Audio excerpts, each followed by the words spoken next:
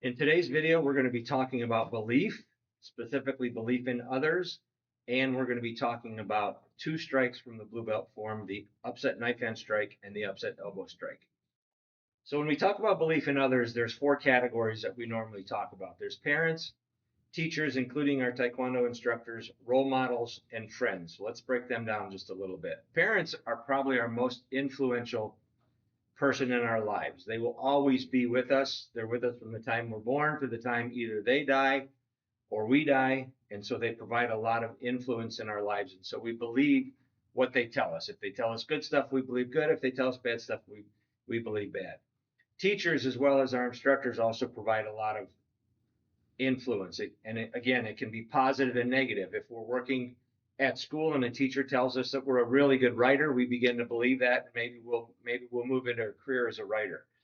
If a teacher tells us a bad writer, which was my case, we begin to hate writing, which I do as a result of not doing well when I was younger and teachers telling me that I wasn't a good writer. That's how strong beliefs are. Something that somebody said 50 years ago can stay with us our entire lives. The third category is role models, and we have role models in different areas of our lives. It can be spiritual and influence, financial, education, career. There's a whole bunch of them. Now, successful people will have role models or mentors in every one of those categories to be successful in their lives. Maybe our spiritual role model is our minister or our priest. Our career role model may be somebody, for example, if you want to be a Taekwondo instructor, maybe your Taekwondo instructor will be your mentor for your career aspect. And then lastly, friends. Friends may be the biggest influence in our lives because we spend a lot of time with our friends. Um, Bigger influence, in fact, than family. And they can be a positive influence or a negative influence. My mom could always tell when I was growing up who I was hanging out with, whether they were a good influence or a bad influence based on my behavior. So obviously, our parents want us to hang out with friends who are going to be a good influence in our lives. Okay, so now we're going to move on to the two strikes that we're going to talk about from blue belt form. We're going to talk about the upset knife hand and the upset elbow. Now, when we talk about kicks, we talk about a lot about the four parts of a kick. We talk about chamber, execution, return, rechamber, and the fifth part that I like to add is pivot. We don't talk a lot about the four parts of a strike, which are chamber, direction, rotation, ending position, and rechamber. So we're going to talk a little bit about that today.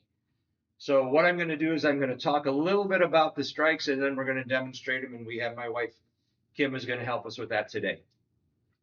So let's talk first about the upset knife hand strike. This is normally used for the side of the neck or the brachial plexus. The idea is if you hit your opponent strong enough, there's nerves that run up and down your neck that you can incapacitate them temporarily.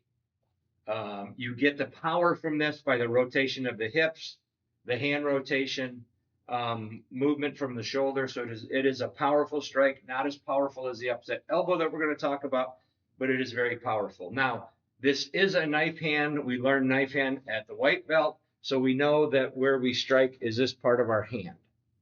It's no different with the upset knife hand. This is a swinging motion, meaning that it swings out.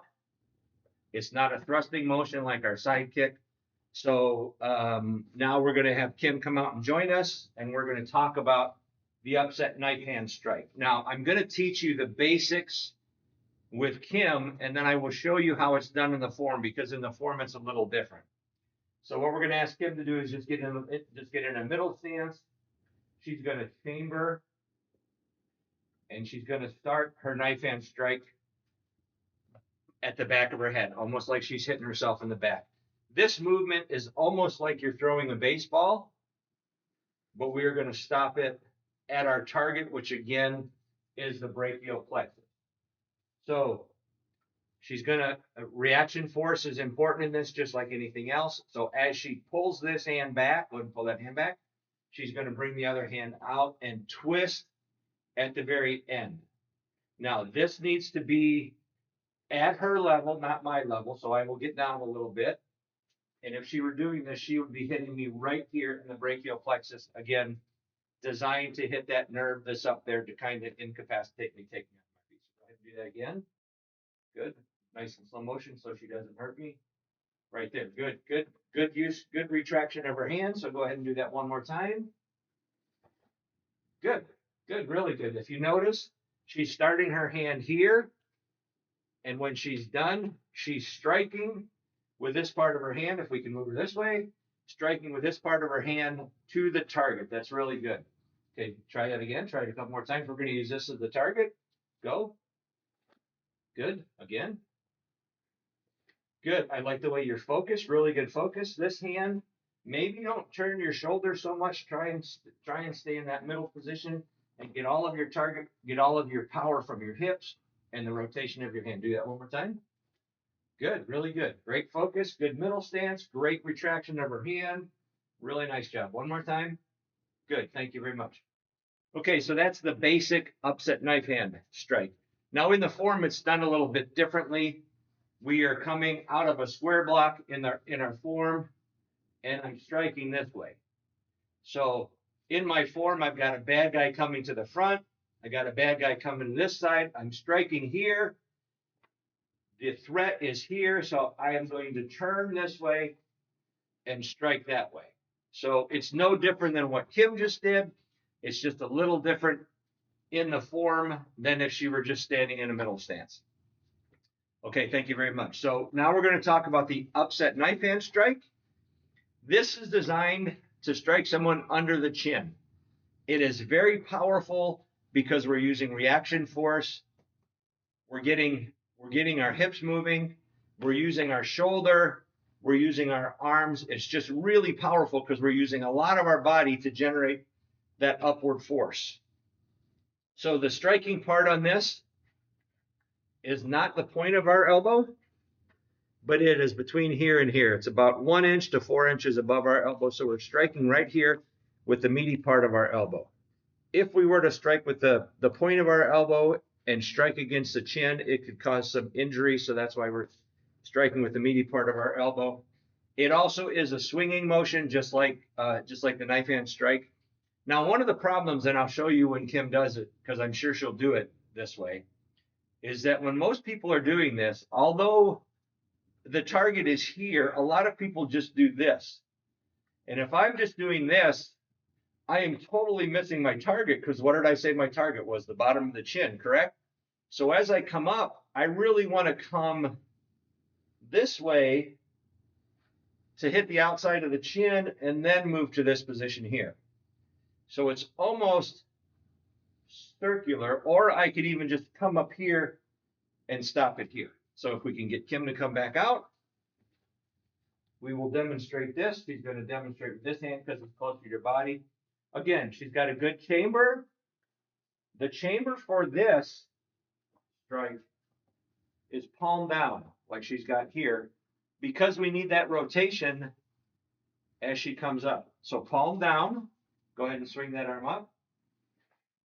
And as she ends, she's going to end with her palm up. Now, she did a pretty good job that time coming in front of her. Probably because I said she was going to do it wrong. So do that again. Try that again. Good. Do it again. Okay, now what we want to do is we don't want to just stop here at the chin.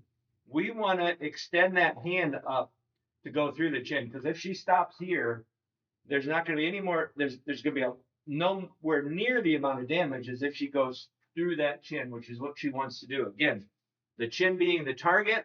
So we really want to bring that hand, that elbow should come up as high as we can get it. So here's her target. Go. Good. Do it again. Good. One more time. I'm going to stand right in front of her so we know that she's hitting her chin. Go. Good. Nice job. Really good use of the hips, turning the hips, getting that target up. The only thing that I could say you probably need to do is breathe when you're doing this. And she's laughing at me because that's the biggest comment I get when I'm doing my form is I don't breathe. I try and get through 84 moves of my form without breathing, and it doesn't always work. So as we're doing this, as we come up, we want to breathe the whole way through. There you go. Nice. I really like the way you're turning your hips.